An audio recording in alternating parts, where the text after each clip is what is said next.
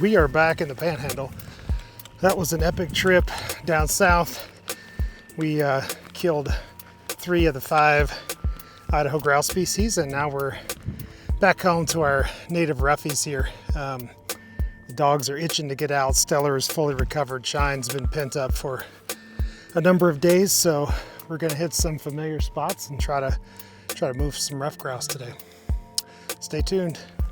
I thought he was up here. He's already got one up in the tree somewhere.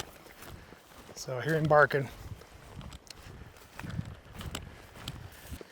That's the downside of this spot, is that the dogs get on birds real quick, and they have a lot of piss and vinegar in them, and they often don't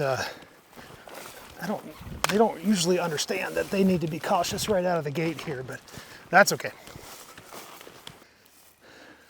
Stellar's working some scent real hard over here. Man, these kids are nasty.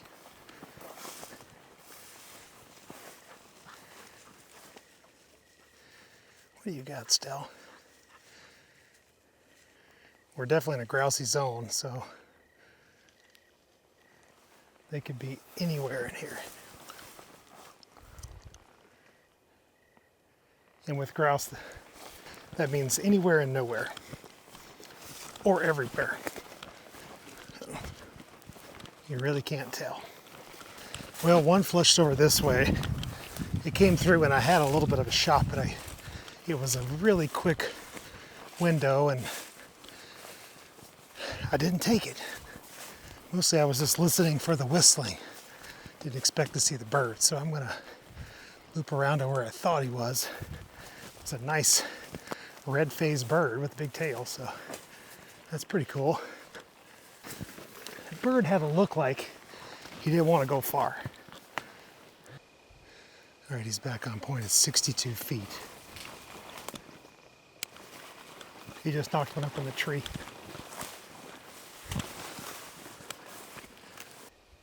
He's looking up, so I feel like he sees something. I thought I heard it flush. It is really hard with that wind.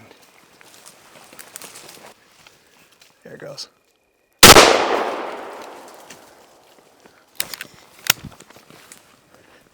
Here it comes. Attaboy, right here. Give. Attaboy. What a nice bird. Good job. Sorry, I broke the wing on him. Thank you. All right. This part of Idaho has a rich history in logging, which is basically that way, and then farming, which is back this way. So it's kind of neat to see the overlap where these ruffed grouse live, and you get little gems like that old equipment. Somebody's missing a bulldog or a boxer. I'm sorry to say I found him. For whatever reason, Stellar loves to really stretch out in here. I don't know why, but he's on a bird, so we're gonna ease down. He's at 167. So let's turn the camera around and get ready. 80 yards, still on point. So he's at 50 yards. Man, still.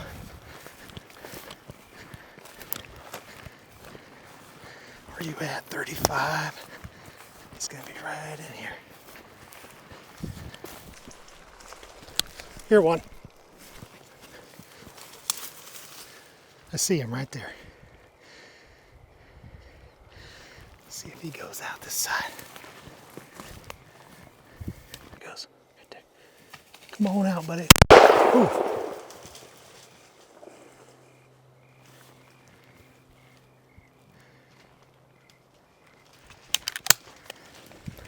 I guess I got him. Stellar, let's have some good manners here. Hold it. And give. There we go. That worked. That worked.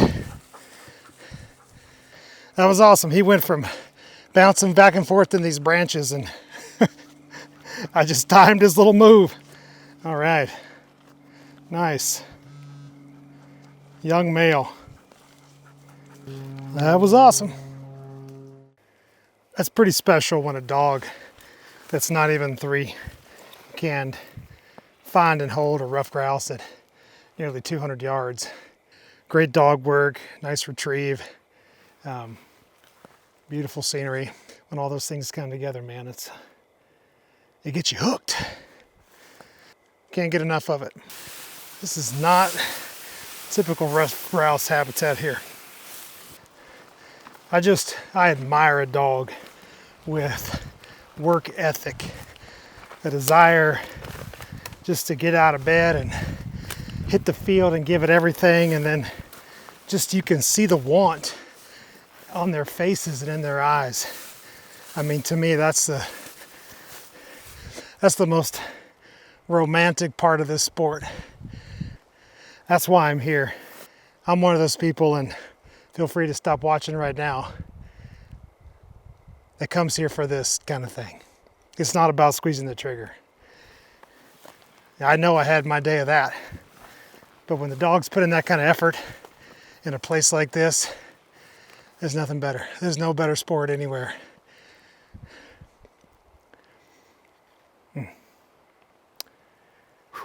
Let's go. I was up here making a video about how much I hate deer kids, and the dog snapped on point at 60 yards.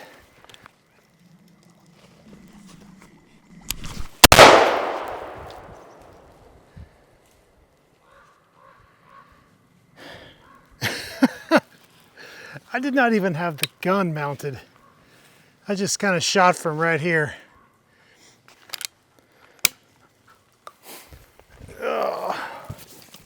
Bird was on the move.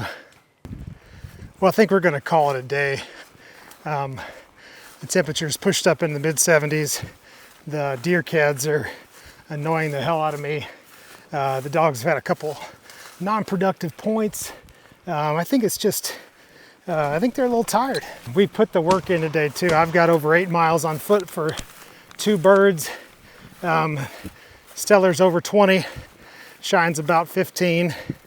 So we have to work for them out here. Don't sell your house in the North Woods and move out west just yet. Well, it's been a brutal second half to the day.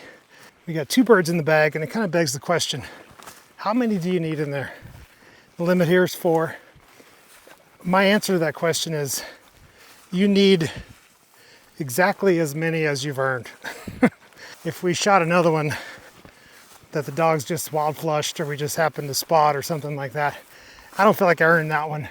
That's a bird I want to see later in the year when I'm really desperate for some bird contact after a week of snow or something like that. We shot our limit of what we earned today. Oh, like that. That's exactly what I'm talking about. That was a pair of birds that flushed wild. I didn't know the birds were there. And Shine sure as hell didn't know the birds were there until they flushed. So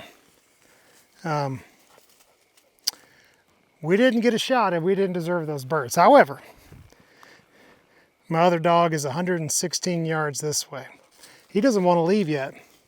So let's go find him. And now he's pointing again. So 85 yards.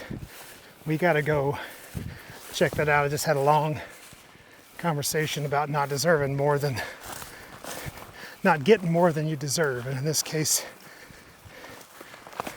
he's putting the work in. If there's a bird here, my limit just went up to 3. Come on, buddy. Get it dialed in.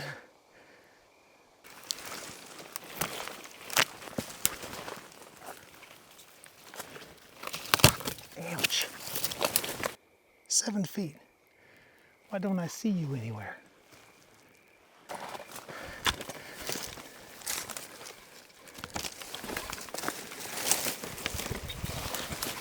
Oh, God. Okay. I got Shine here.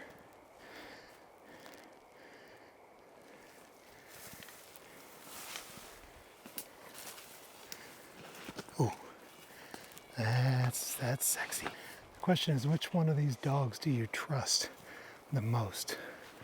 I mean, he looks staunch And she looks soft.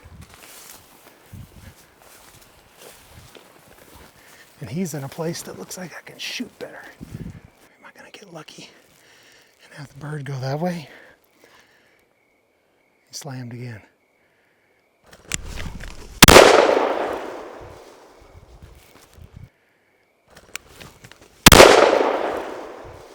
That worked exactly as planned. Holy cow. Sit stiller. Hey, come here. Attaboy. Hey, you just gonna lay down on your retrieve? Give. There are good hunts. There's a few great hunts. And then there's today. Wow. I guess the number was 3. Thanks for watching, guys. We'll catch you next time.